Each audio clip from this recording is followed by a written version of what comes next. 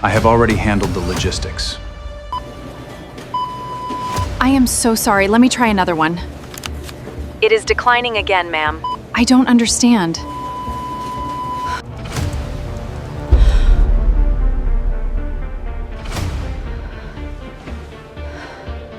Every word you just said is on this.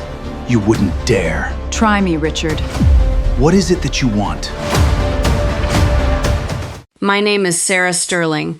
I am 42 years old, and the morning my husband of 14 years placed our divorce papers on the kitchen island, he was wearing a $2,500 Tom Ford suit that I had bought for our anniversary, and he smelled like Baccarat Rouge 540. It is a heavy, suffocating, absurdly expensive fragrance, and it did not belong to me. He stood 2 feet away, tapping his gold Rolex against the marble counter, and told me in the clinical, detached tone of a man reporting a minor portfolio loss that he was leaving me, keeping our house, and that our accounts were empty. Welcome back to TN's Story, where quiet people finally get loud with dignity. We tell stories about family, betrayal, and justice done the exact right way for everyone who has ever been underestimated in their own home. If you have ever sacrificed your career, your youth, and your peace of mind for someone who didn't deserve a second of it, drop a comment below, tell me where you are listening from, and be sure to subscribe. Now, pour yourself a cup of coffee, because you are going to want a front row seat for how this ends. Sarah, I think we need some space, Richard said, sliding the thick manila folder across the pristine island. The morning sun streamed through the bay windows of our 5-bedroom house in the North Shore suburbs of Chicago. I have already handled the logistics. My lawyer will be in touch by noon. You do not need to panic.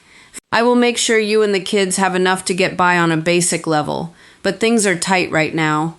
I looked at him. Richard Sterling, 45 years old, senior managing director at a premier wealth management firm in downtown Chicago. A man I had spent a decade and a half building from the ground up. I had ironed his shirts, scheduled his life, hosted his high net worth clients, and stepped back into the shadows so he could catch the light. Now, he was standing in the kitchen I had designed, firing me from my own life. He checked his watch, a nervous habit he deployed whenever he was lying. I have to go. I have a board dinner tonight at Chicago Cut. Just sign the papers, Sarah. Do not make this messy. The louder you get, the worse this is going to be for you. He turned and walked out the door without looking back. He did not ask about our 2 children sleeping upstairs. He left me with a document outlining his demand to keep the house, offer me a meager temporary alimony of $2,000 a month, and a financial disclosure claiming we were broke. According to his lawyers, the affluent life we had been living was a house of cards that had just collapsed. But there was one detail Richard had underestimated. Before I became a suburban stay-at-home mother, trading my corporate ambitions for PTA meetings, I was a senior forensic accountant at Deloitte. My job was hunting down wealthy men who hid dirty money in offshore shell companies. And Richard had just thrown a fabricated financial statement into the face of a woman who made a living reading numbers that lied. In the fall of 2012, my career was on fire. I was the youngest auditor on my team, tracking phantom assets through labyrinthine corporate structures in the Cayman Islands. I did not just look at spreadsheets. I looked at the psychology of theft. Richard was a mid-level broker back then. He sweated through cold calls and begged for client meetings. We fell in love fast, got married, and worked grueling 80-hour weeks. Then our first child arrived. The cost of a premium daycare in downtown Chicago, paired with the hours our jobs demanded, made raising a child nearly impossible. Richard begged me to step back. My career requires networking, Sarah, he pleaded. I need to be at the steakhouse dinners, the charity galas. You are brilliant at managing things. Hold down the fort. Once I make director, we will have everything we ever wanted. I quit the firm. I handed over my badge and became the invisible infrastructure of his success. I researched the hobbies of his prospective clients so he could casually bring them up over drinks.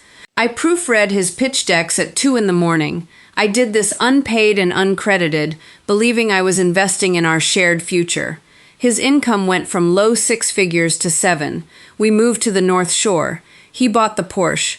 On the surface, we were the American success story. By the summer of 2024, the shift in Richard was impossible to ignore. The mandatory business trips to New York doubled. His phone was glued to his hand. He started coming home late, smelling of expensive bourbon and that sickening Baccarat Rouge perfume. He began looking right through me. The distance seeped into every corner of the house. A week before he handed me the papers, I was standing in the hallway when our 9-year-old daughter, Emma, walked out of her bedroom holding a permission slip. "Mom," she asked, looking down at the paper, "is Dad coming to my recital? He promised last time." I looked at her small, expectant face and felt a familiar ache. "He is very busy with work, sweetie, but I will be there in the front row." She nodded, not crying, just accepting it. That quiet resignation in my daughter's eyes was the moment I realized the man I married was already gone. That brings us back to the morning he left the manila folder on the island. According to his lawyer's paperwork, our joint savings account held barely $12,000. The extensive stock portfolios had been liquidated to cover market losses. The house had a massive second mortgage on it, a home equity line of credit pulled out 6 months ago with an electronic signature that was allegedly mine. That afternoon, I drove to the local Target to buy groceries and school supplies. I filled the cart, feeling a strange sense of dissociation. I got to the register, smiled at the cashier, and swiped my joint credit card. The machine beeped, declined. I frowned. "Let me try again." I swiped it a second time, declined. I pulled out a backup credit card tied to a different account, declined. The cashier looked at me with a mixture of pity and annoyance as the line behind me grew restless. I had to leave a cart full of groceries sitting at the register and walk out to my car, the humiliation burning in my chest. Sitting in the driver's seat of my SUV, my phone buzzed. It was Richard. He must have received the decline alerts. "Hey, Sarah," he said, his voice dripping with faux paternal pity. "I saw the card got declined. I am sorry about that. Like I told you this morning, things are tight. The accounts are frozen while the lawyers sort out the debt. Just sign the settlement agreement today. If you sign it, I will wire you $5,000 immediately so you can feed the kids." He was executing a calculated strategy known as financial starvation. Freeze the accounts, cut off the credit lines, and back the stay-at-home spouse into a corner. A woman with no cash cannot hire a shark of a divorce lawyer. She looks at her hungry children, panics, and signs the predatory settlement just to survive the week. I hung up the phone without a word. I drove home, my hands gripping the steering wheel. I bypassed the kitchen and went straight down to the basement. I pushed aside a stack of old winter coats in the storage closet to reveal a heavy, fireproof safe. I punched in a code I had not used in a decade. I did not pull out an address book to call for help. I pulled out my old, air-gapped laptop and a stack of backup hard drives containing a decade of our joint tax returns. The grief was gone. The mourning for a 14-year marriage vanished. In its place, the forensic auditor woke up. I sat at the basement desk for 6 hours, cross-referencing the financial disclosure his lawyers provided against state property registries, IP logs, and offshore banking routing echoes I still knew how to access. Richard thought I had spent the last decade forgetting how to read a balance sheet. I traced the home equity line of credit first. $500,000 pulled out of our house. The funds did not go to pay off market debts. They were wired to an LLC registered in Delaware. From there, I tracked a series of phantom invoices billed from his wealth management firm to 2 other Delaware shell companies. He was embezzling client funds and funneling them through these dummy corporations, washing the money before sending it offshore to the Cayman Islands. A cold smile touched my lips. He had stolen roughly $4.5 million. It was wire fraud, corporate embezzlement, and tax evasion. I had him. I had the paper trail to send him to federal prison and leverage the entire divorce in my favor. I opened the incorporation documents for the third and largest shell company, the primary funnel for the stolen funds, registered under the name Apex Holdings. I needed to see who he had listed as the registered agent. I expected to find a generic corporate proxy service or maybe a forged signature of a junior broker at his firm. I scrolled down to the signature line. My breath caught in my throat. The basement suddenly felt freezing. The managing director and primary beneficiary of Apex Holdings was not a proxy. It was Sarah Sterling. I stared at the screen, my heart hammering against my ribs. I pulled up the IP address log attached to the electronic signature that had formed the company 18 months ago. The IP address matched our home router. I looked at the timestamp. It was a Tuesday afternoon, a Tuesday when Richard was in New York on a business trip, and I was home alone. He didn't make a careless mistake. He was meticulous. 2 years ago, when we were supposedly refinancing our primary mortgage, Richard had asked me to sign a digital power of attorney for real estate transactions, claiming it would save me a trip to the notary while I was busy with the kids. I had clicked a link in an email and signed it, trusting my husband. He had weaponized that document. He used my digital footprint, my home IP address, and my legal name to build the architecture of his embezzlement scheme. He didn't just steal $4.5 million from his firm. He framed me for it. If I took this red folder to a divorce judge, Richard's lawyers would stall. If I took this folder to the FBI, Richard would simply point the finger at his former forensic accountant wife. He would tell the feds that I used my specialized knowledge to embezzle his client's money from the comfort of my suburban basement while he was busy working. I had the motive, I had the background, and thanks to his frame job, my name was on the murder weapon. If I went to the authorities now, I wouldn't just lose the house. I would go to federal prison. I closed the laptop in the dark basement. Richard wasn't just trying to starve me out. He had built a trap so perfect that if I tried to fight back, I would hang myself. He knew exactly what he was doing.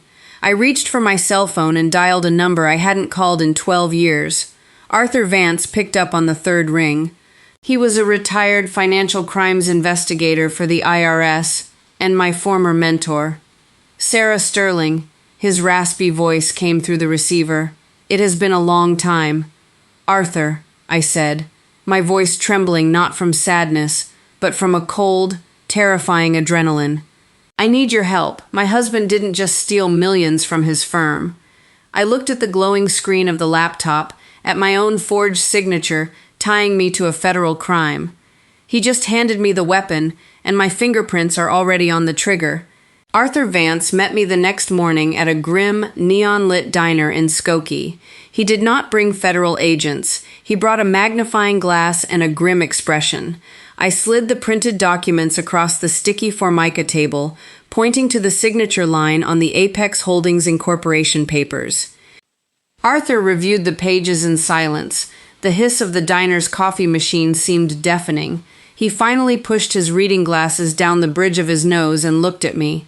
He built a perfect cage, Arthur said, his voice a low rasp.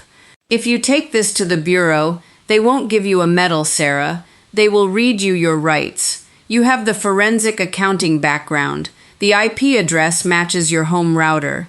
You signed the initial digital power of attorney that legitimized the subsequent electronic signatures.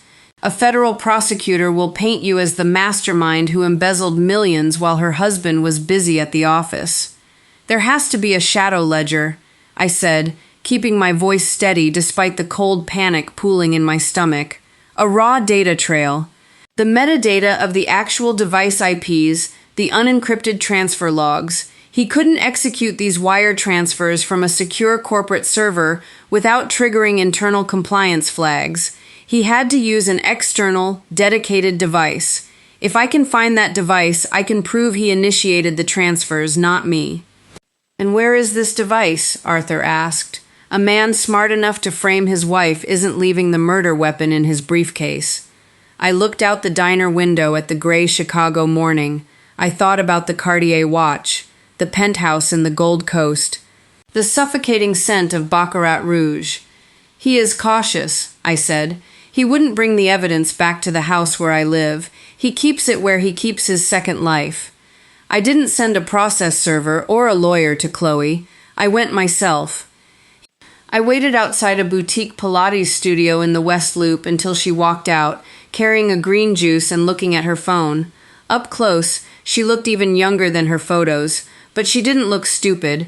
She looked sharp, calculating, with the guarded posture of a girl who had spent her life navigating rooms full of wealthy, predatory men. I stepped into her path.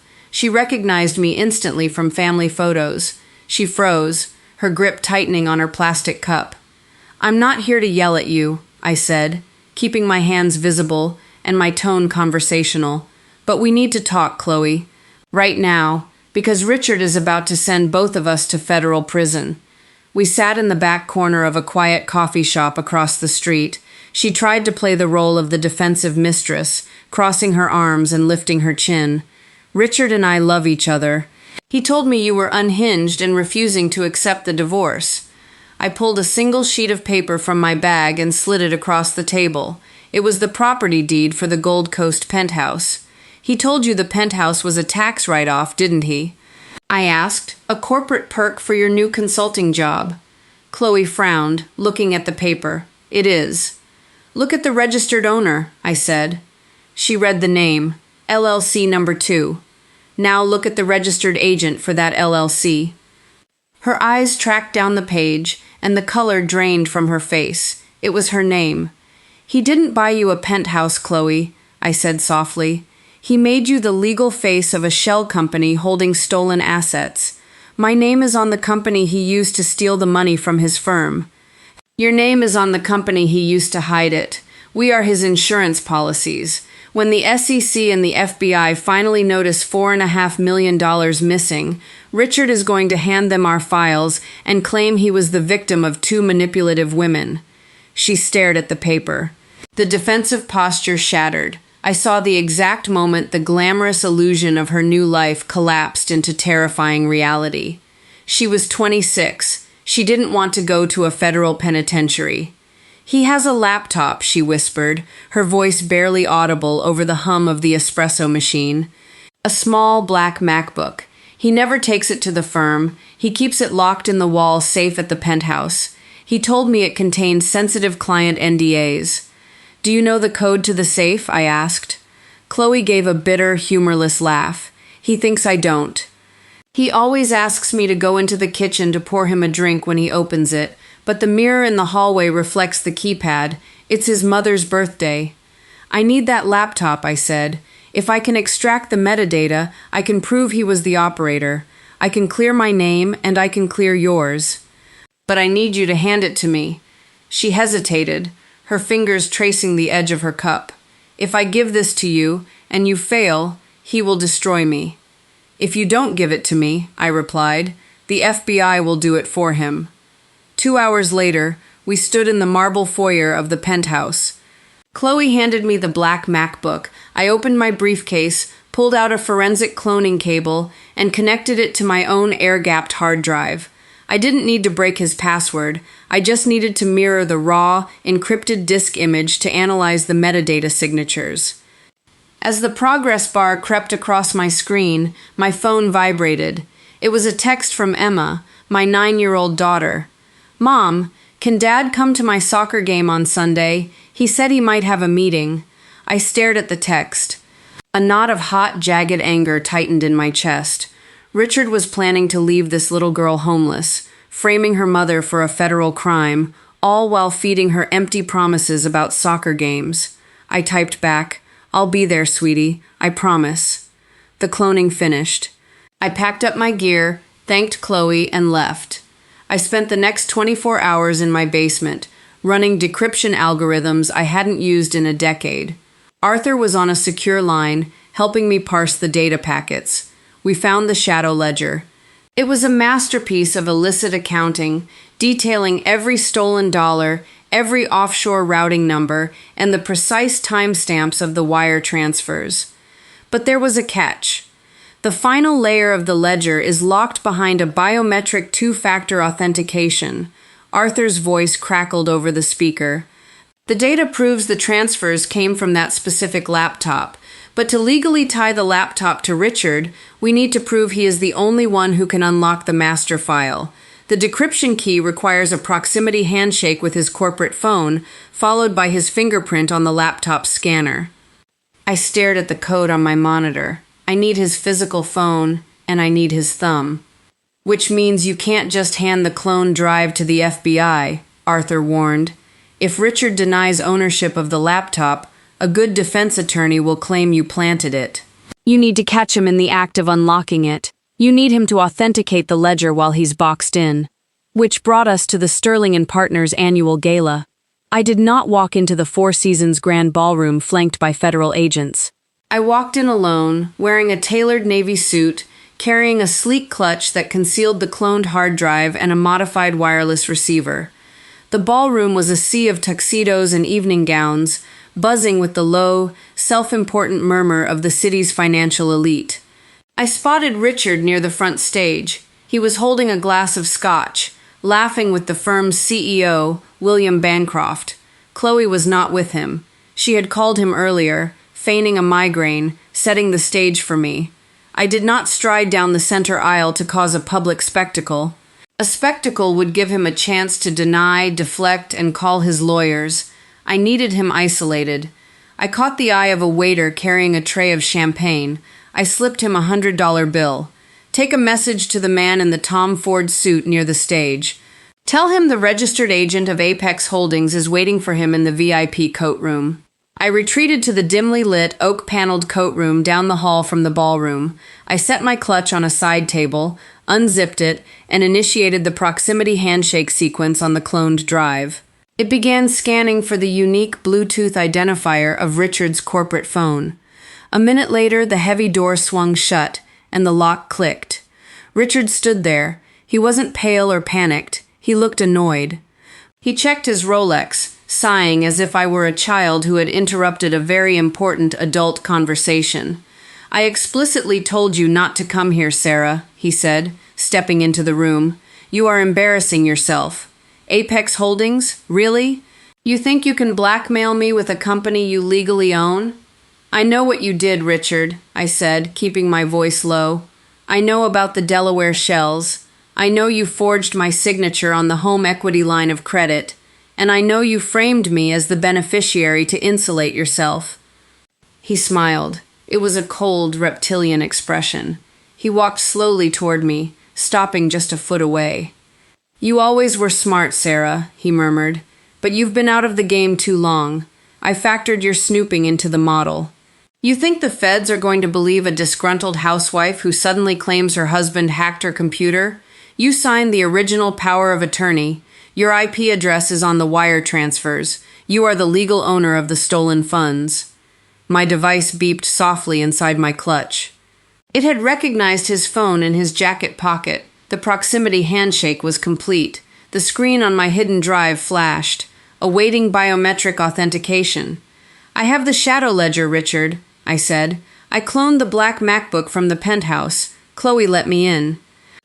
For a fraction of a second, the smile faltered. His eyes narrowed, assessing the threat. But he didn't crumble. He leaned in closer, his voice dropping to a vicious whisper. It doesn't matter what you cloned, he hissed. You can't open the master file without my print. And if you take a locked, stolen laptop to the FBI, they will arrest you for the theft of the funds. If I go down, Sarah, you go down with me. Who is going to raise Emma while we share a cell block? You want to play forensic accountant? Go ahead. Pull the trigger. Let's see who bleeds first. He was right. He had built a Mexican standoff. If I went to the authorities, I risked prison and losing my children. If I stayed quiet, I lost the house and my financial future. He had backed me into a corner where every exit required a sacrifice. You're a monster, I whispered. I'm a managing partner, he corrected smoothly, adjusting his cuffs. Go home, Sarah. Sign the settlement on Monday. Take the $2,000 a month. Be a good mother. If you ever breathe a word of this to anyone, I will hand my lawyers the Apex files and have you indicted by Friday. He turned his back to me and reached for the brass handle of the door. I didn't yell. I didn't cry. I reached into my pocket and pulled out a small, heavy object. Richard, I said. He glanced back over his shoulder. I was holding a digital audio recorder. The red recording light was blinking steadily in the dim room.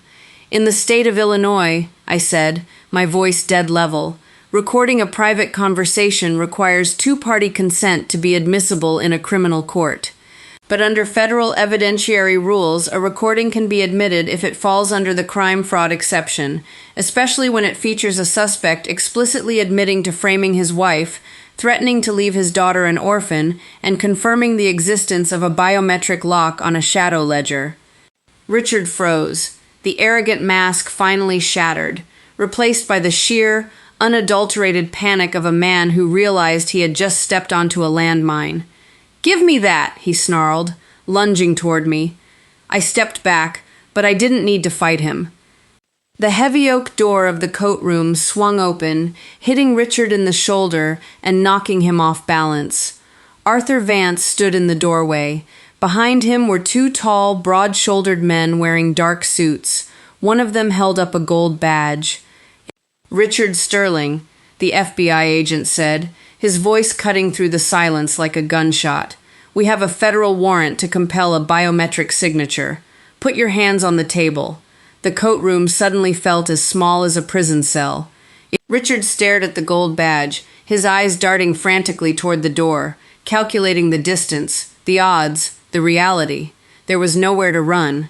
The lead FBI agent didn't wait for permission. He stepped forward, grabbed Richard's right wrist with practiced, unyielding force, and slammed his hand flat onto the small oak table. The agent from the doorway stepped in, pulling a thick plastic evidence bag from his jacket. Inside was the sleek, black MacBook. "We hit the Gold Coast penthouse 20 minutes ago, Richard," Arthur said, his voice devoid of any triumph, just stating the grim arithmetic of the situation. "Chloe opened the safe for the bureau. She was remarkably cooperative once she realized you had named her as the registered agent on a money laundering front." The FBI agent unzipped the bag, opened the laptop, and bypassed the password screen. The biometric prompt blinked steadily in the dim light. He forced Richard's thumb onto the scanner. The machine chimed. A green light flashed. The screen populated with the shadow ledger, line after line of offshore routing numbers, dummy invoices, and wire transfers directly linked to Apex Holdings. Richard's legs gave out. If the agent hadn't been gripping his arm, he would have collapsed onto the floor. The arrogance, the tailored Tom Ford suit, the Baccarat Rouge cologne, it all dissolved, leaving behind a terrified, hollow man who realized he had just engineered his own destruction. "Richard Sterling," the agent said, his voice low and mechanical as he pulled Richard's arms behind his back. "You are under arrest for federal wire fraud, embezzlement, and tax evasion. You have the right to remain silent." The metallic click of the handcuffs was sharp and final. There was no grand speech. There was no dramatic confession. White-collar criminals do not go down fighting. They go down calculating their plea deals. They marched him out of the coat room and down the carpeted hallway of the Four Seasons. We didn't parade him through the center of the grand ballroom. That only happens in movies. Real federal agents prefer the service elevators in the loading docks. They prefer silence. But as we passed the heavy oak doors of the ballroom, they opened. William Bancroft, the CEO of Sterling and Partners, stepped out, looking for his missing guest of honor. He saw the federal windbreakers. He saw the handcuffs. He looked at Richard, his face hardening into a mask of pure corporate self-preservation, and then he looked at me.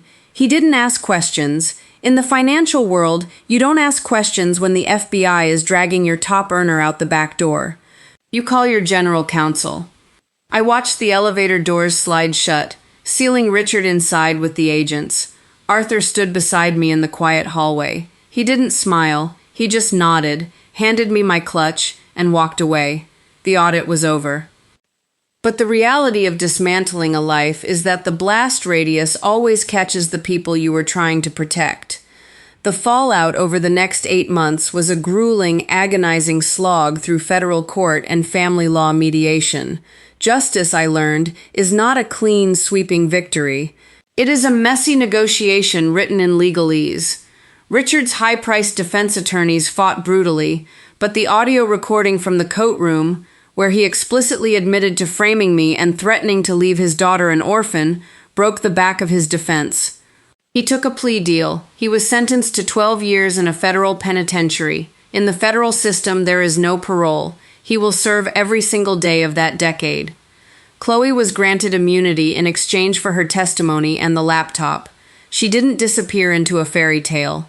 Her name was dragged through the Chicago financial press. She was evicted from the penthouse, her assets were frozen, and she was left with a shattered reputation and a mountain of legal debt. She survived, but she carries the permanent, unshakable stigma of being the girl who helped a man try to destroy his family. As for me, I secured innocent spouse relief. The federal government unspooled the Apex Holdings frame job, clearing my name entirely. The family court judge awarded me the house in the suburbs, free and clear. But there was no magical restitution. Richard had stolen roughly $4.5 million. The FBI managed to claw back $3.7 million from the Cayman accounts. The remaining $800,000 was simply gone, burned on private jet charters, non-refundable leases, offshore legal retainers, and the sheer exorbitant cost of maintaining a second life. Sterling and Partners survived, but the firm took a massive reputational hit. Their investors panicked, and the board quietly settled the missing $800,000 out of their own operating budget to avoid a drawn-out SEC investigation. I didn't get a lucrative offer to become the CEO of a rival firm. Real life doesn't reward trauma with a corner office. But I did get my career back. I took a grueling mid-level director role at a risk management firm in the Loop. I work 50 hours a week. I pay my own mortgage. I buy my own suits. The hardest part, however, is not the money or the hours or the lingering whispers when I run into old acquaintances at the grocery store. The hardest part sits at my kitchen island every other Sunday. Emma is 10 years old now. She doesn't fully understand the intricacies of wire fraud or Delaware shell companies. She just knows that her father, who used to promise to come to her soccer games, now lives in a concrete building in Indiana. She knows that she is only allowed to see him through a thick pane of plexiglass. Last night, I found her sitting at the kitchen counter with a piece of lined notebook paper and a blue pen. She was drawing a picture of a soccer ball and writing a letter. "Are you going to mail this for me, Mom?" she asked, looking up with Richard's eyes. I looked at the envelope. It was addressed to an inmate number at the Terre Haute Federal Correctional Institution. A part of me wanted to tear the letter up. A part of me wanted to scream that the man she was writing to had tried to leave her homeless, had tried to frame her mother, had viewed both of us as acceptable collateral damage for his own greed. But you cannot protect your children by destroying the half of them that belongs to their father. You have to let them figure out who the monster is on their own time. "Put a stamp on it, sweetie," I said, my voice thick. "I'll drop it in the mailbox tomorrow morning." That is the bitter pill of survival. You can win the war, you can clear your name, and you can put the villain in a cage. But you still have to wake up the next morning and sweep up the broken glass. You still have to pay the emotional tax of loving someone who was a mirage. I am Sarah Sterling. I was told to take a cheap settlement, pack my bags, and walk away quietly into the night. Instead, I audited my life, I found the shadow ledger, and I sent the architect of my ruin to federal prison. I didn't walk away with everything, but I walked away with the only thing that actually matters, my say. If this story reminded you to check your joint accounts, guard your digital signature, or look a little closer at the paperwork you are asked to sign, then I have done my job. If you have survived a financial betrayal and you are still standing, tell me your story in the comments. I read them. Hit subscribe. Share this with someone who needs to hear it. Thank you for tuning in to TN's story. Remember, the quietest person in the room is usually the one reading the fine print. Guard your peace, trust your math, and I will see you in the next one.